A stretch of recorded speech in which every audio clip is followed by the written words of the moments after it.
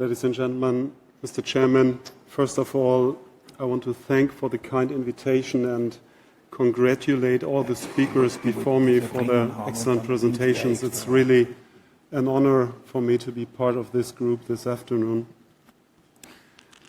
I'm from Hamburg and I work at St. George Hospital, which is one of the oldest hospital institutions in Europe, and we are located directly in the center of the city of Hamburg at the water, and we're getting a lot of emergency cases from that whole metropolitan region that comprises about 5 million inhabitants. Now, last year our group has published a paper on bleeding complications after use of novel oral anticoagulants in patients undergoing cardiac surgery.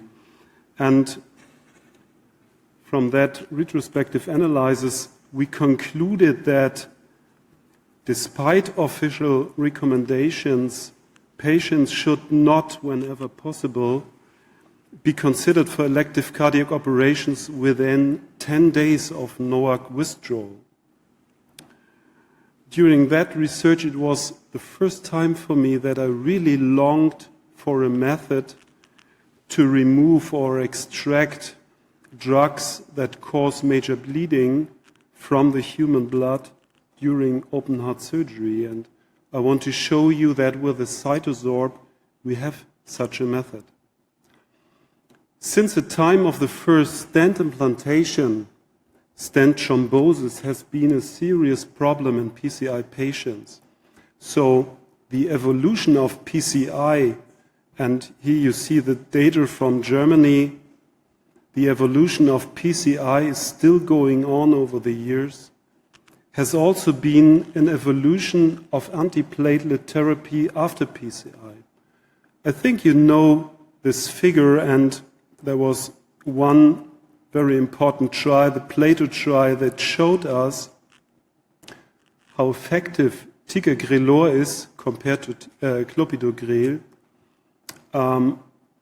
Both drugs showed major bleedings, okay, and I was really surprised that the recent investigation on Ticagrelor showed that it is inferior to prasugrel for reducing ischemic events.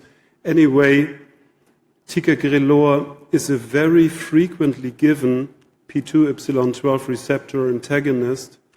It has a direct acting, does not require metabolic activation, has a rapid onset, and it shows something very useful, a high degree of protein binding. Now, the 2017 ESC Guidelines for STEMI patients, they recommend to give such a potent P2Y12 receptor antagonist at latest at the time of PCI. So what happens when such a patient goes to the OR in the end? He or she has a high incidence of major bleeding complications with this almost 40% on the first day and 25% or more on the second or third day. So whenever it's non-emergent, then time is a really good antidote, like these authors recommend. Just wait 3 or 4 days. But what shall we do when it's real emergency?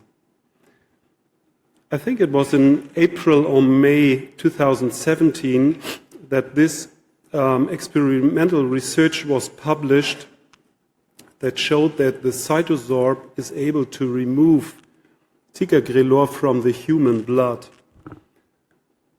What CytoSorb is, what it can, we have heard this.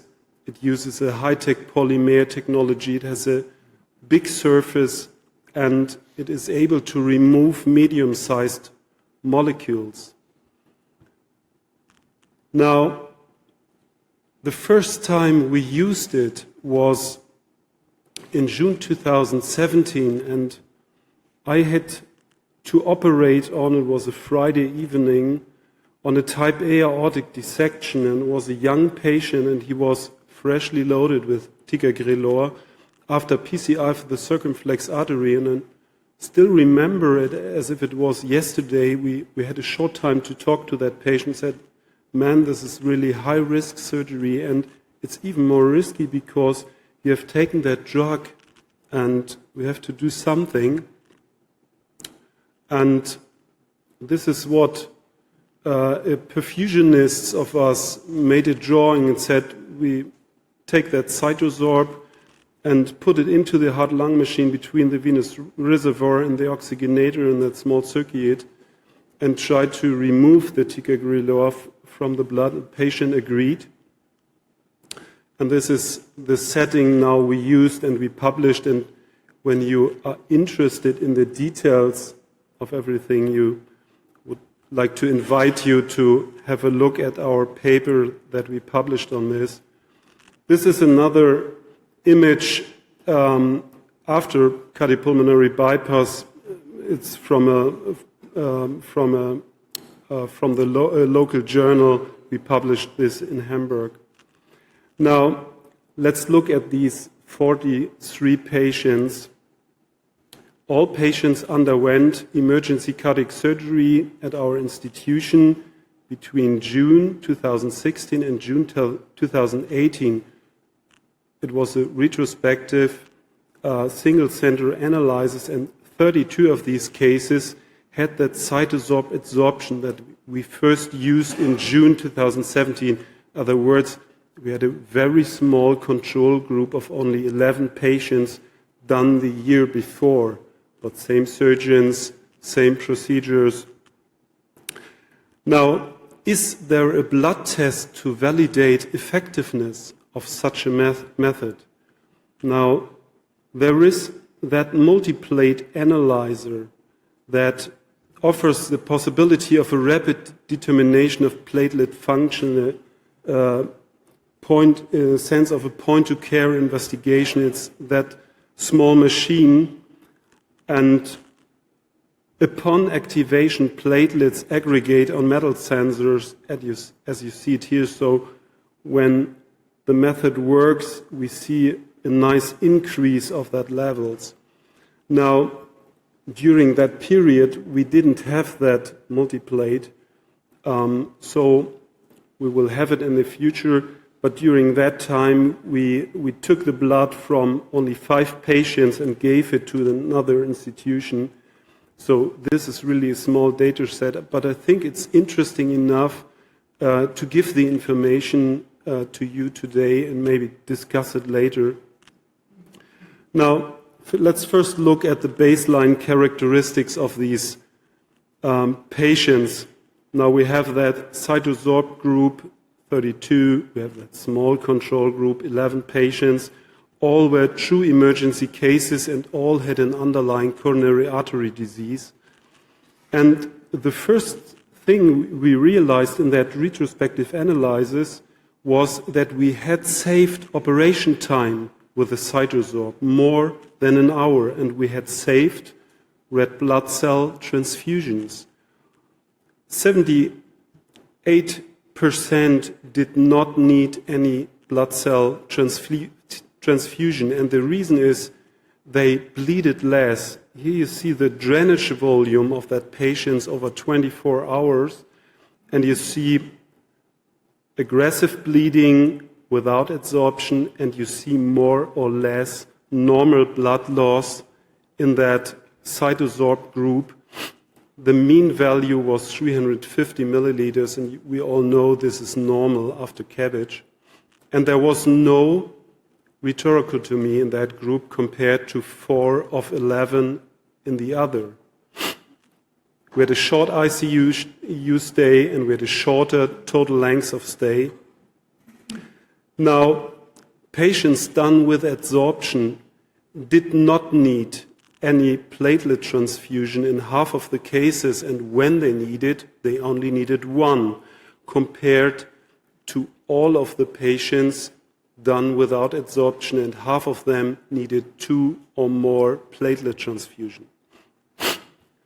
Now let's look at that very small data set of the Multiplate patients. Here you see something very familiar, the platelet counts pre and post cardiopulmonary bypass. You see a decrease of the values, which is normal. But you see when you look at patient number 4 that he had a decrease below 100,000. And that was the only one who did not show a nice increase of the values in the multiplate. He showed a decrease. And this was the only one of this group who had a really high drainage volume afterwards. And the truth is, we don't know why. He was old, okay, he had low platelet numbers, okay, but maybe albumin was loaded with other drugs or the adsorption came upon against limiting factors. We don't know. This is only one of the open questions. The other is the duration time of adsorption to fully eliminate the drug from the body is unclear. And what about the effectiveness in NOAC patients? Some NOAC have protein binding too.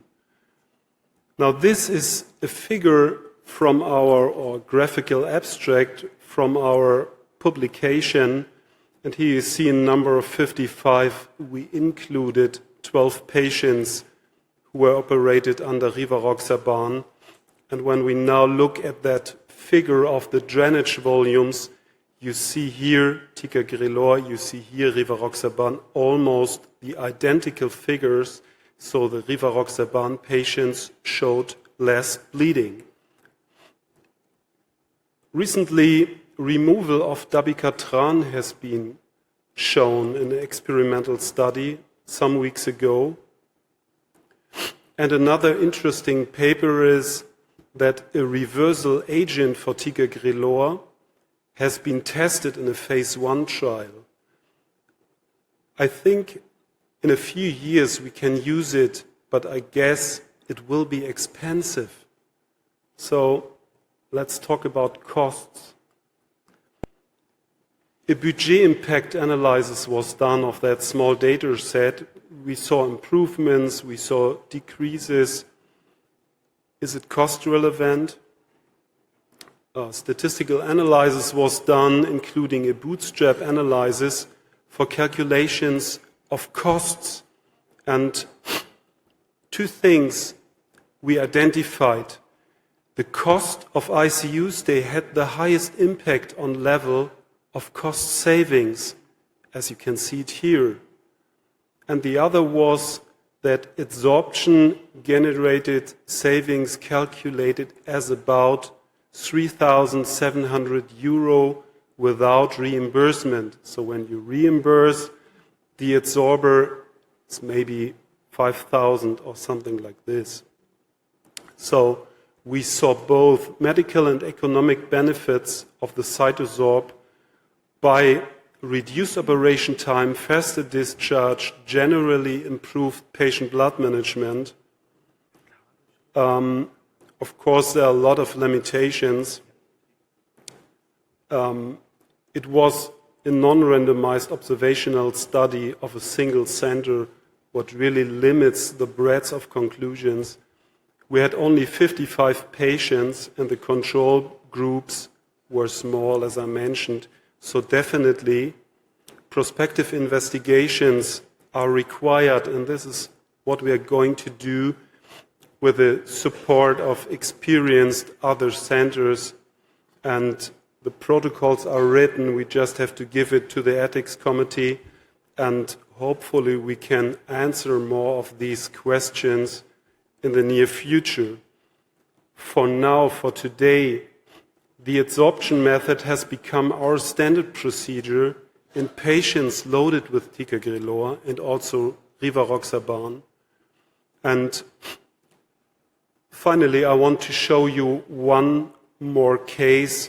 I think you see on one glimpse what had happened. It was a young woman with a coronary artery disease of that big right coronary artery, and what happened was a dissection during PCI, and the patient was loaded under Ticagrelor. But in that case that I operated on, I felt so much more comfortable and confident because I knew that we now overlooked 61 patients done with the adsorber, and we had only one retorcotomy among them, and that was a real surgical bleeding, a detached clip, and the ICU stay time was so short. So I can only encourage you to make your own experience with this. I think you will really like this method. Thank you very much for your attention.